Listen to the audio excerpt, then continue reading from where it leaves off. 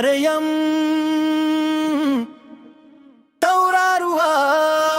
tauraruwar mata, mace mai daraja da kammala.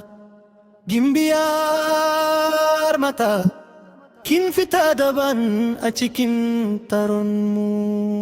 Maryam ke ce sanyi da niya ga kowa, kya halida kararamawa sun bi jikinki. Maryam ke ce sanyi da niya ga kowa, kya halida kararamawa sun bi jikinki. Bari na fada muku asalin mace mai natsuwa, Maryam wadda kowa ke fatan gani a kowane lokaci. Farasol mai hakuri da girmama na gaba da ita.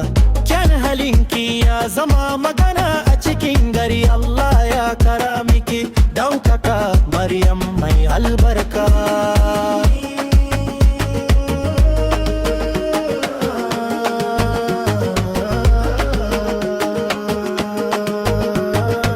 Duba yadda martaba ke bayyana cikin tafiyarki, kamar zinariya haskenki baya taba gushewa. Daga riko na mana har zuwa kyautatawa wa dangi, kowane alfahari da zama daki daya dake. Allah ya tsare miki kyan halinki, ya kara miki natsuwa. Gimbiyar mata ce ke, kowa ya san kin fita daban.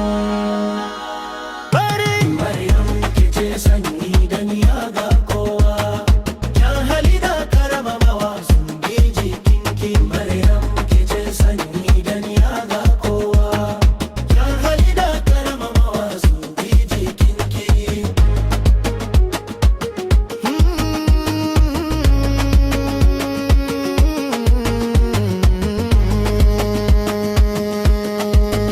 Maryam